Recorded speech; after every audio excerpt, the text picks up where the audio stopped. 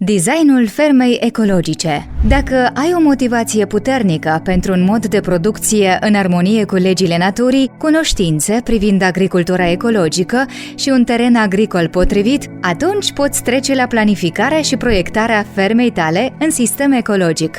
Un plan bine închegat și un design potrivit te va ajuta să reduci din riscuri, să sporești fertilitatea solului, să creezi o microclimă favorabilă la ferma ta, să gestionezi eficient problemele curente, să eviți poluarea și eroziunea de teren, să folosești și să valorifici resursele inițiale cu investiții minime. Pentru început, efectuează analiza probelor de sol la fertilitate și gradul de poluare, analiza probelor de apă la săruri și poluanți.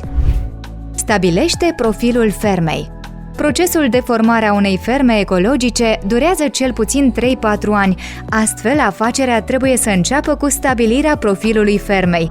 Există mai multe tipuri de ferme ecologice: gospodărie vegetală, culturi de câmp, legume, plantații multianuale, plante medicinale, fermă de animale, bovine, ovine, caprine, avicole, piscicole, gospodărie agroindustrială, vegetală sau animală plus procesarea produselor agricole, gospodărie mixtă, ferme vegetale și animale combinate. În funcție de profilul fermei tale, posibil că vei avea nevoie de infrastructură, apă curată, electricitate, edificii, depozite, locuri pentru deșeuri, gunoi și compostare, echipamente, utilaj cu putere, motocultor, cositoare, tractor, unelte manuale pentru cultivații, furci, lopeți, cultivatoare, greble, boroane, utilaj de procesare, utilaj pentru irigare, angajați, lucrători de sezon, angajați permanenți, ajutor în birou, în promovare, logistică și contabilitate. Identifică piața de desfacere și estimează profitul.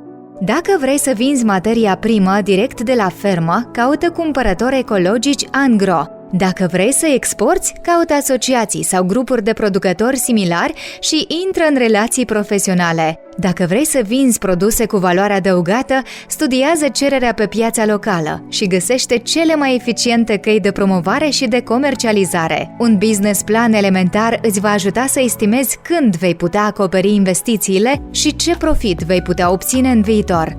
Analiza punctelor tari și slabe, a oportunităților și amenințărilor din exterior. Nu demara afacerea până nu obții avizele și aprobările necesare. Un acord de închiriere pentru cel puțin 10 ani dacă nu ești proprietarul terenului. Contract de prestare servicii cu un organism de certificare ecologică. Alte avize și aprobări în funcție de profilul fermei tale. Fermierul ecologic trebuie să proiecteze propria fermă conform cerințelor și regulilor agriculturii ecologice. Lucrările de proiectare încep cu modelarea terenului, protejarea terenului prin garduri vii și perdele forestiere, dezvoltarea biodiversității și atragerea prădătorilor naturali. Modelarea terenului în mai multe parcele asigură amplasarea corectă a grajdurilor, spațiilor de depozitare și de prelucrare a produselor agricole, precum și a plantațiilor multianuale, pomi, arbuști fructiferi și viță de vie. Protejarea terenului se atinge prin proiectarea și plantarea fâșiilor forestiere și a gardurilor vii pentru crearea unei microclime favorabile. Gardul viu, odată creat și închegat, trăiește până la 100 de ani și devine scut contra vitelor și animalelor sălbatice, servind totodată drept adăpost pentru prădătorii naturali. Lucrări de conservare și refacere a solului realizate prin înlocuirea produselor chimice cu cele biologice și a metodelor convenționale de lucrare a solului cu tehnologii minime, folosirea soiurilor și hibrizilor de plante și a raselor de animale rezistente la boli și dăunători, nemodificate genetic. Aplicarea culturilor fixatoare de azot, leguminoase în asolament. Dezvoltarea biodiversității se face prin diversitatea culturilor și soiurilor, prin cultivarea plantelor din flora spontană, prin compostare, prin evitarea ogorului negru. Ferma ecologică va administra atât terenuri cultivate cât și necultivate. Asta va asigura condiții de dezvoltare pentru toate categoriile de viețuitoare, plante comerciale și din flora spontană, animale domestice și sălbatice, dăunători și prădători naturali, microorganisme din sol. Se recomandă ca între 3 și 8% din terenul fermei ecologice să fie destinat conservării florei și faunei naturale. Recomandări: Modelați terenul în funcție de condițiile de climă și de sol. Organizați asolamente pentru culturile legumicole, de câmp și furajere de minim 5 ani. Depozitați dejecțiile animaliere solide și deșeurile menajere cât mai departe de sursele de apă. Fertilizați cu compost vegetal, gunoi de grajd fermentat, îngrășăminte verzi.